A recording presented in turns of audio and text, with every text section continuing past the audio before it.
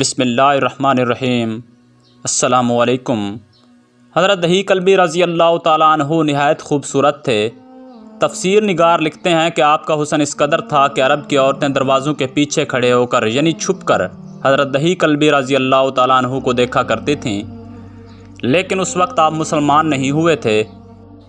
ایک دن سرور کونین تاجدار مدینہ حضرت محمد مصطفیٰ صلی اللہ علیہ وآلہ وسلم کی نظر حضرت دہیح قلبی پر پڑی۔ آپ صلی اللہ علیہ وآلہ وسلم نے حضرت دہیح قلبی کے چہرہ کو دیکھا، کتنا حسین نوجوان ہے۔ آپ نے رات کو اللہ تعالیٰ کی بارگاہ میں دعا مانگی، یا اللہ اتنا خوبصورت نوجوان بنایا ہے، اس کے دل میں اسلام کی محبت ڈال دے، اسے مسلمان کر دے، اتنے حسین نوجوان کو جہنم سے بچا لے۔ رات کو آپ نے دعا فرمائی، صبح حضرت دہیح قلبی آپ صلی اللہ علیہ وآلہ وسلم کی خدمت میں حاضر ہو گئے۔ حضرت دہیح قلبی رضی اللہ تعالیٰ عنہ کہنے لگے، اے اللہ کے رسول بتائیں آپ صلی اللہ علیہ وسلم کیا احکام لے کر آئے ہیں؟ آپ صلی اللہ علیہ وسلم نے فرمایا، میں اللہ کا رسول ہوں اور اللہ واحد ہے، اس کا کوئی شریک نہیں۔ پھر توحید اور رسالت کے بارے میں حضرت دہیح قلبی رضی اللہ تعالیٰ عنہ کو بتایا۔ حضرت دہیح قلبی رضی اللہ تعالیٰ عنہ نے کہا، اللہ کے نبی میں مسلمان تو ہو جاؤں گا، لیکن ایک بات کا ہر وقت ڈر لگا رہتا ہے۔ ایک گناہ میں نے ایسا کیا ہے کہ آپ کا اللہ مجھے کبھی معاف نہیں کرے گا۔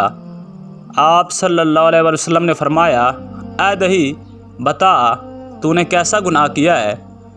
تو حضرت دہیح قلبی رضی اللہ تعالیٰ عنہ نے کہا، یا رسول اللہ صلی اللہ علیہ وسلم میں اپنے قبیلے کا سربراہ ہوں اور ہمارے ہاں بیٹیوں کی پیدائش پر انہیں زندہ دفن کیا جاتا ہے۔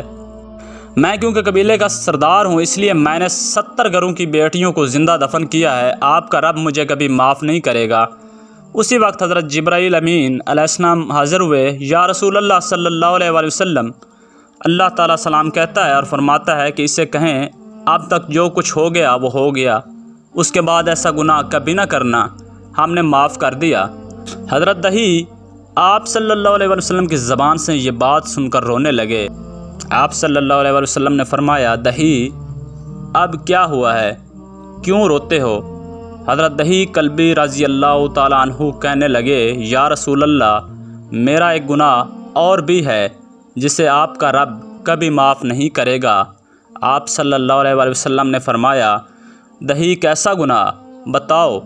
حضرت دہیح قلبی فرمانے لگے، یا رسول اللہ صلی اللہ علیہ وسلم میری بیوی حاملہ تھی اور مجھے کسی کام کی غرض سے دوسرے ملک جانا تھا۔ میں نے جاتے ہوئے بیوی کو کہا کہ اگر بیٹا ہوا تو اس کی پرورش کرنا، اگر بیٹی ہوئی تو اسے زندہ دفن کر دینا۔ دہیح روتے جا رہے ہیں اور واقعہ سناتے جا رہے ہیں، میں واپس بہت عرصہ بعد گھر آیا تو میں نے دروازہ پر دستک دی، اتنے میں ایک چھوٹی سی بچی نے دروازہ کھولا اور پوچھا کون؟ میں نے کہا تم کون ہو؟ تو وہ بچی بولی، میں اس گھر کے مالک کی بیٹی ہوں، آپ کون ہیں؟ دہیح فرمانے لگے، یا رسول اللہ صلی اللہ علیہ وسلم میرے منہ سے نکل گیا اگر تم بیٹی ہو اس گھر کے مالک کی تو میں مالک ہوں اس گھر کا۔ یا رسول اللہ صلی اللہ علیہ وسلم میرے منہ سے یہ بات نکلنے کی دیر تھی کہ چھوٹی سی اس بچی نے میری ٹانگوں سے مجھے پکڑ لیا اور بولنے لگی، بابا آپ کہاں چلے گئے تھے؟ بابا میں کس دن سے آپ کا انتظار کر رہی ہوں۔ حضرت دہیح قلبی روتے جا رہے ہیں اور فرماتے ہیں، اے اللہ کے نبی صلی اللہ علیہ وسلم میں نے بیٹی کو دھکا دیا اور جا کر بیوی سے پوچھا یہ بچی کون ہے؟ بیوی رونے لگ گئی اور کہنے لگی، دہیح یہ تمہاری بیٹی ہے۔ یا رسول اللہ صلی اللہ علیہ وسلم مجھے ذرا ترس نہ آیا، میں نے سوچا میں قبیلے کا سردار ہوں، اگر اپنی بیٹی کو دفن نہ کیا تو لوگ کہیں گے ہماری بیٹیوں کو دفن کرتا رہا اور اپنی بیٹی سے پیار کرتا ہے۔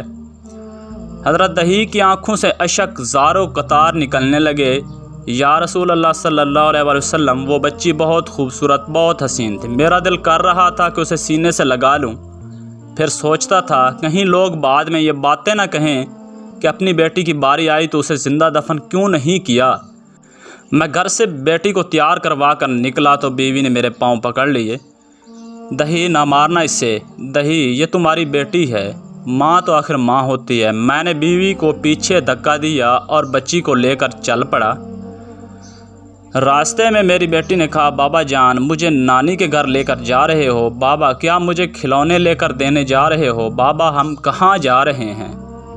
دہی قلبی روتے جاتے ہیں اور واقعہ سناتے جا رہے ہیں، یا رسول اللہ صلی اللہ علیہ وسلم میں بچی کے سوالوں کا جواب ہی نہیں دیتا تھا، وہ پوچھتی جا رہی ہے بابا کدھر چلے گئے تھے؟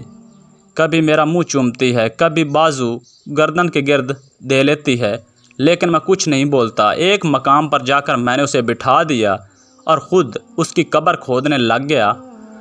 آقا کریم صلی اللہ علیہ وسلم دہی کی زبان سے واقعہ سنتے جا رہے ہیں اور روتے جا رہے ہیں۔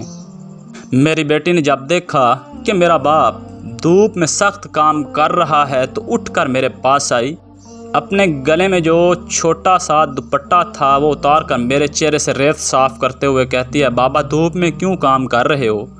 چھاؤں میں آ جائیں۔ بابا یہ کیوں کھود رہے ہیں اس جگہ؟